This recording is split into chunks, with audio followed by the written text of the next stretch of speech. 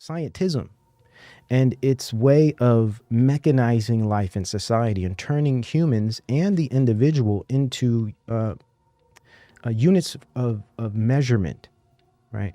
We become statistics. We become very sterile, standardized, lifeless statistics that are used to create categories, and we're kind of played almost as if we were games, right? Gamification. Why is gamification becoming so popular now? Because we are perceived as if we are bits, right? So he says here, under the influence of scientific assumptions, we assume that we are just units of measurement. We're not individuals with unique experiences, unique makeup, unique interests, and unique beliefs. Under the influence of scientific assumptions, not only the psyche, but the individual man, and indeed, all individual events whatsoever suffer a leveling down and a process of blurring that distorts the picture of reality into a conceptual average, right? So we become this median, like the bell curve almost, where you treat groups of people based on the position they fall on the bell curve, right? They're defined by their position, right? We ought not to underestimate the psychological effect of the statistical world picture. And he calls this the statistical world picture. We see the world as statistics and not a fruitful environment of many different meaningful and purposeful lives, right? It displaces the individual in favor of anonymous units that pile up into mass formations. Bell curve, right?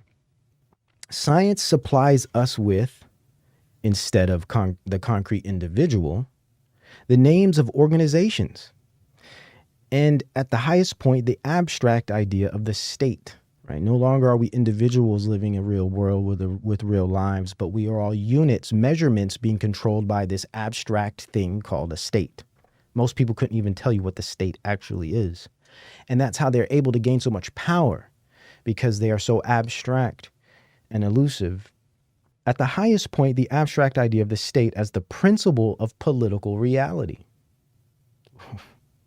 Trump, Biden, Trump, Clinton. I mean, just look at the past 7 or 8 years. Obama. I mean, this just describes exactly what we've been experiencing. This abstract state as the principle of political reality. They create our realities for us. And what's interesting is social media just exacerbates this whole thing. And we're the ones that are annexed in kind of this surrogate brain for the mainstream, right? And we create this whole new world, but it's just parroting of their political reality and principles. The moral this is good. The moral responsibility of the individual is then inevitably replaced by the policy of the state. So no longer do you have moral responsibility for yourself. No longer do you have to sit and analyze how you see the world, how you see things. No longer do you reflect on what you believe and what is right and what is wrong. You know, the classic philosophical questions of how should I live? How does one live? What is right? What is wrong? What does life mean? What's the purpose in life? What's my purpose?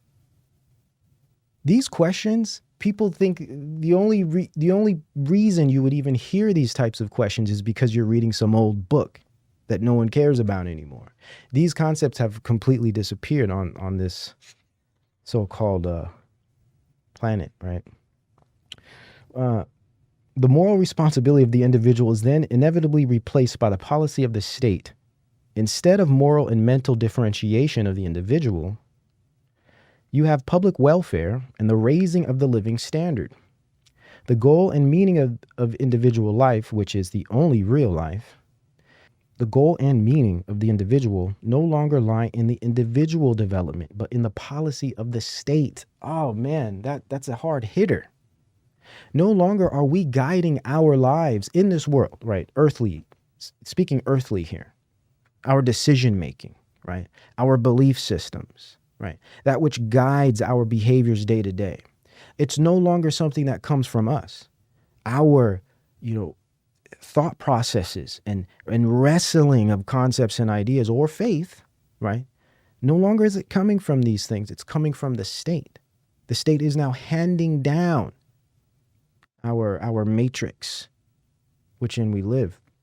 No longer lie in the individual development, but in the policy of the state, which is thrust upon the individual from outside and consists in the execution of an abstract idea, which ultimately tends to attract all life to itself.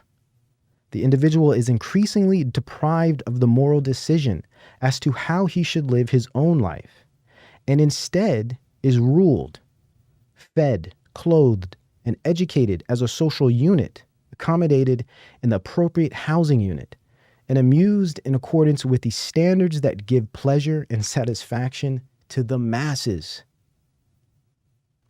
I mean, this is Ortega y Gasset right here, the mass man. It's like, that's exactly what you see today. It's what has come of society. It's what has come of the natural man. Cooperation, cultural acceptance. How do they get us to accept? By destroying our ability to think for ourselves and find ourselves, to build integrated, healthy identities through an individualistic pursuit, because we are an individualistic culture. We're not collectivists. So we are not going to figure these things out through a collective, like a collective route. That would be more, those that are listening from the East would probably resonate more with this a collective pursuit, in that we kind of define ourselves through our group. I'm not saying individualism is better than collectivism, but an individualistic culture is not going to succeed collectivistically, and vice versa is my point. You are a product in many ways of your environment, at least 50% of it. The rest we could consider based on genetics and some other things. So they destroy our ability to form healthy individualism by giving us a false sense of individualism, which is in a sense harnessed. And it's really a pseudo-individualism that is exploited, but also props up their system, right? It's the Xanatos Gambit is a good example of this. Similar to the Xanatos Gambit would be the Hegelian dialectic.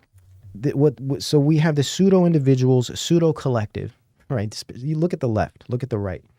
They all think they're some group and they have shared identities, but really they're a bunch of lost individuals who are grouping together and bonding through weak sources of bonds, right? Very weak sources. It's not rooted in anything real, substantive. It's weak. And if you think about our entire nation, and more so the world at this point, specifically in the West, all these weak bonds, how are we going to not only think for ourselves, but in an earthly sense, fight against some of this infrastructure that's being built up around us? We can't even get our own ish together. How are we going to work as a team? How are we going to work together as a group? It's impossible. You look at the news, you look at all the divisive and divisive tactics. I mean, come on. There's no way. So this is how they get cultural cooperation, through rotting the individual, creating a false individual that by logically will create false and pseudo collectives. That pseudo collective is then controlled through its emotions, sensibility, sensuality. These are the things that they use to control the masses. Emotionalism. And of course, pleasure, which is a part of that, through drugs, media, so forth. Really what they're saying is the future is post-human. That's what it's about, guys. So you can let all of these individuals out there with these cluster bees and all of these different individuals that are just a little lost and are finding new identity channels to give themselves meaning and purpose in the world. You know, this whole little situation we have is really about post-humanity, in my view. In my view, no gender, no race, no nations. Trans-species universe. Within the metaverse. Remember the metaverse? So we have the universe in a metaverse, because really we're nothing. We're just specks of dirt. We don't mean anything, right? That's how it's so easy for us to be considered units and measurements, because we're nothing within this massive metaverse of many other universes with many other planets just like ours, with many other types of life. So we mean nothing. We mean nothing at all. Clever, isn't it? Changing the image of man. This is how they accomplish it. And imagine the youth that buy into this stuff, that watch all the sci-fi and shows and cartoons and are just indoctrinated with these perspectives from just, 3, 4, 5, 6, 7 years old. By the time they become adults, they're going to have a completely different view of what makes up humanity and what humanity is. And yes, they are the Homo sapien.net. The human beings that are arriving to us now, they're not the same species as you. They're Homo sapien.net. I mean this in all seriousness. They are not the same species as you. They have never lived without access to some kind of a virtual supercomputer attached to their body. We have to figure out what that Homo sapien.net is. How does that person learn? How can that person be influenced? How can you communicate with that person? And so the conflicts of the future are all going to have to then realize that there is a huge transformation in human evolution. They are a new type of human. New brain wiring, new neural pathways, new codependencies. Children born into the world, given smart technology before they can read. We are designing a new type of human. Hence, non-binary, hence posthumanity. This is an incremental process. We are in the transition. We're on the ships. We're making the middle passage. We're on our way to posthumanity.